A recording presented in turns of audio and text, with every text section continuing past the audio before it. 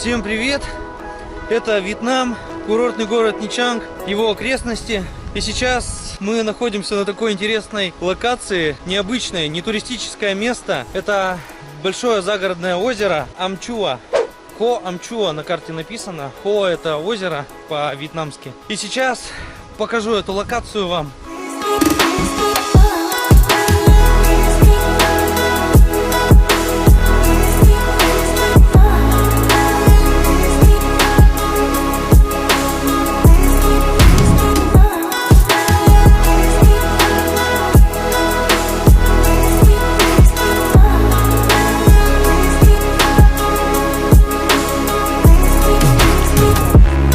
Это озеро находится за городом у подножия живописных гор, и в него впадает вот такая горная речка.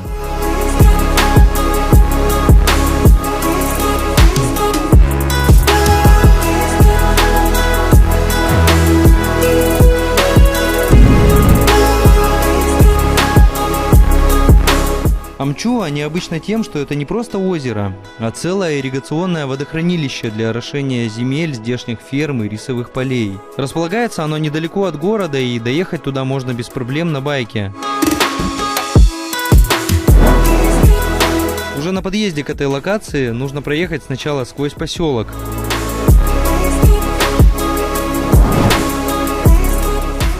А потом открывается такой эпичный пейзаж на огромное ярко-зеленое рисовое поле и горы вдалеке, что это можно только увидеть, а не описывать.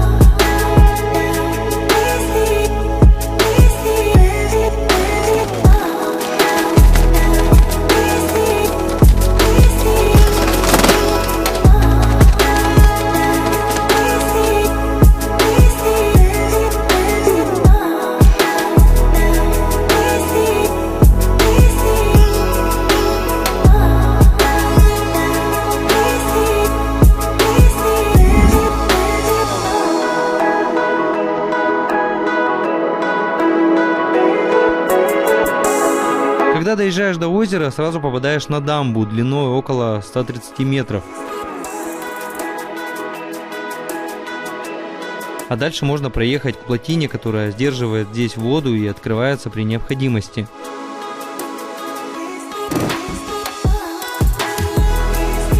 Такое водохранилище с плотиной я вижу впервые, поэтому интересно было рассмотреть ее вблизи.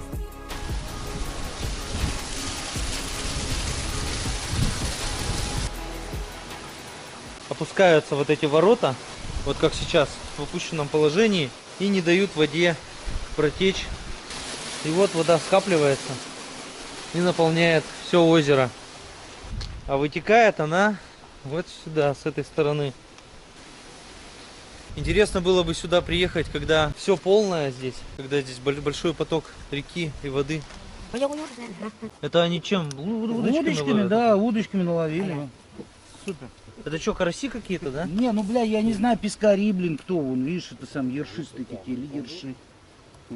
Ловят здесь рыбу вьетнамцы.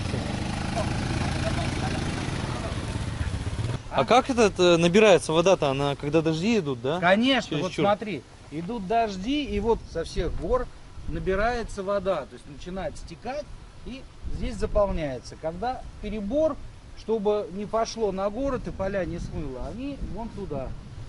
Между гор тоже спускают как бы вторым ручьем.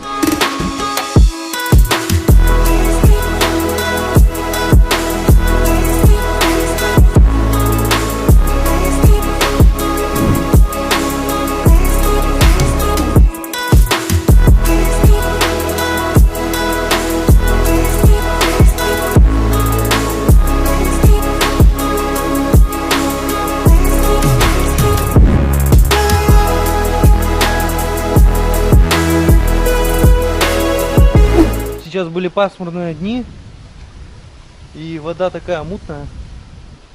Ну что, поедем еще дальше вокруг? Я хочу туда подняться. Поднимись уже, только с той стороны. Тут какие-то рельсы, вот с таким устройством.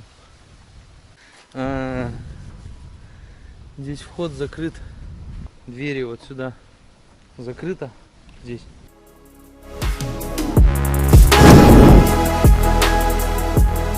Озеро имеет площадь в 60 гектар, а может обеспечивать водой сельскохозяйственные земли в 500 гектар.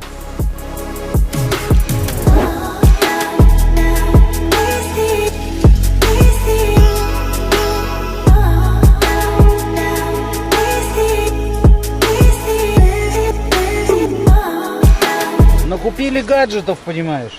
Фляжка походная. Вещь оказалась достойной. Открываем, изымаем. Вот сама фляга. Вместе с ней идет такая вот комплектация оригинальная. Опаньки. Вот, все вот так вот выглядит. Снимаем. Это вот ставится по ходу вот так. А вот это вот на нее наливаем водичку.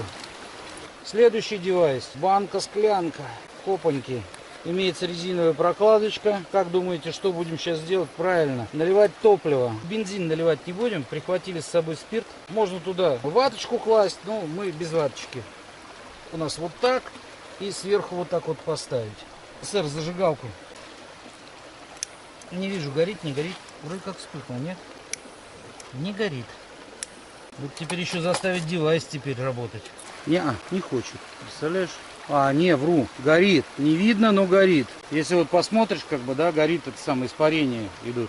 Теперь вот это вот все ставим сверху, чтобы не задувало. Ну и ждем, пока закипит.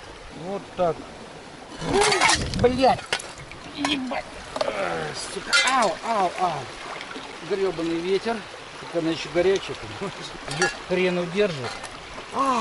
Ну как получается? Да, бля, получается, ветер подул, ветер с моря дул, блин. И, короче, конструкцию завалило. Надо было вот так вот сразу сделать, чтобы было за что схватиться. Вон тот плоский камень, дай. Ага, как я нахуй горелку, бля, переставлю. Она горячая. Есть платочек? Не, камень переставить. Ну, давай, переставляй камень. Разгрузил, вот так. Смотри, как руку опалил. Так, чтобы не сомневались, да, огонь там есть. Сейчас чуть спирта не налил. Опять. Ты рассказал, да, про это дело? Как ты хлебанул, перепутал? По дороге рассказал, да. Вот так вот. По ошибке вместо воды спирта хлебанул. Попить очень хотелось. Бутылочки перепутал.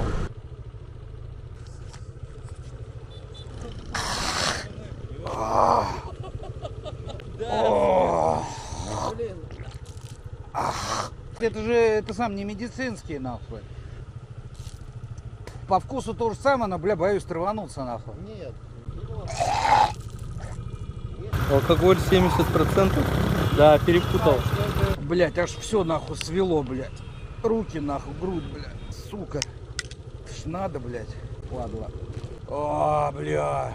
Могу сказать только одно. Рядом не кладите. Спирт, бензин держите отдельно, чтобы вот так вот по случайности не хапнуть. А то так и помереть нужно. Траванулся и помер. Кстати, это вся вода, что есть.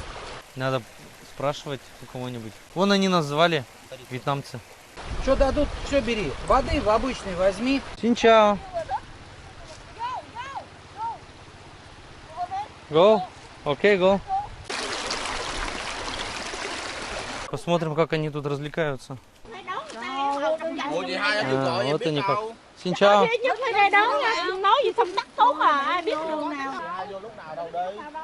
Закипает вода. А со спиртом, конечно, прикольно, да? Вот наука. Никогда не класть спирт рядом с водой и другие отравляющие вещества, чтобы не перепутать. Понимаешь, так и бензин можно хлебнуть, и все что угодно.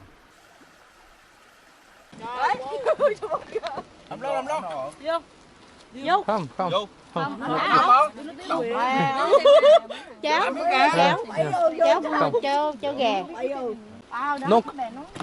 Нок. Nước.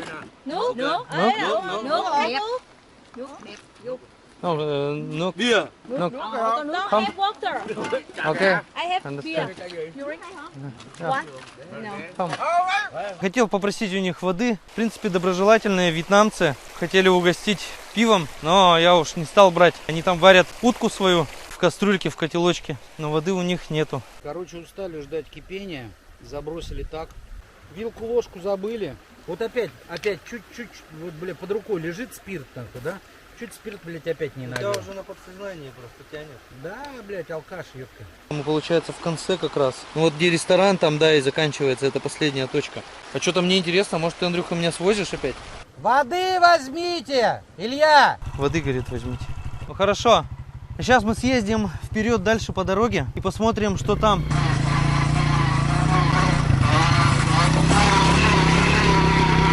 Вот ресторанчик, да, здесь. И за этим заканчивается дорога, а там уже ограждение.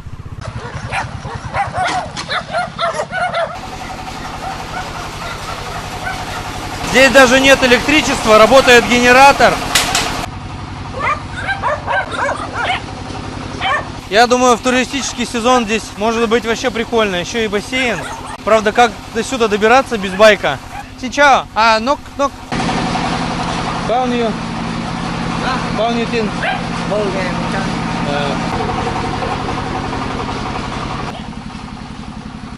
Такое небольшое бунгало.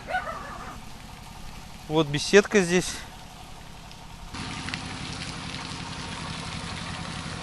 Ну, в общем, так вот побалдеть рекомендуем.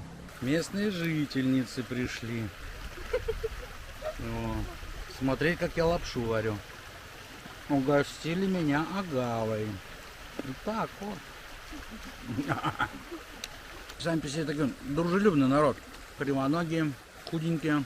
Кривоногие, я думаю, потому что с детства работают, тяжести таскают. Ну а так что, красиво, природа там. Горы, зелень.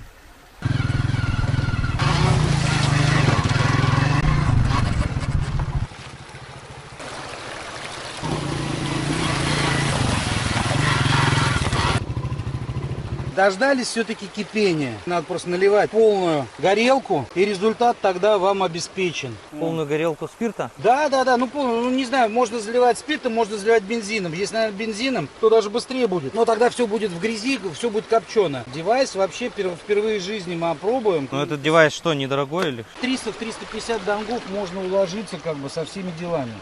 Вьетнамка принесла нам тоже порцию супа, лапши своей. Увидели, как... Ну да, с вьетнамскими специями. Если очень хочется пить, надо найти кокосовую пальму. Вот так в диких джунглях можно кокосика попить сразу же, как только проголодался. Ну и жажда, и голод, можно сразу же запить кокосом. Кстати, недозревший такой недоспелый кокос напоминает арбуз чем-то по вкусу. Немножко такой терпкий вкус у него. Причем он холодненький еще такой. Всем рекомендуем собирать за собой мусор. Приехал, пожрал, посрал, а вот посрал, забрал с собой. Илюша, он не только блогер, он еще защитник окружающей среды. Вот, сам срет и сам за собой убирает. Бублики! Какие они классные! Ты посмотри, о, папа Бублик, мама Бублик и Милка Бублик, блин. Вон, смотри, папа Бублик застыл. Ой, эти бублики какие классные. Это азиатский буйвол, самый маленький буйвол в мире. Кому понравилось это видео, у меня там еще есть один видос прикольный, как мы ездили в путешествие в южную сторону от Ничанга. Тоже посмотрите обязательно его. Подписывайтесь на канал, ставьте колокольчик, чтобы не пропускать новые выпуски. Нормально сказал? Охуенно, бля, профессионально.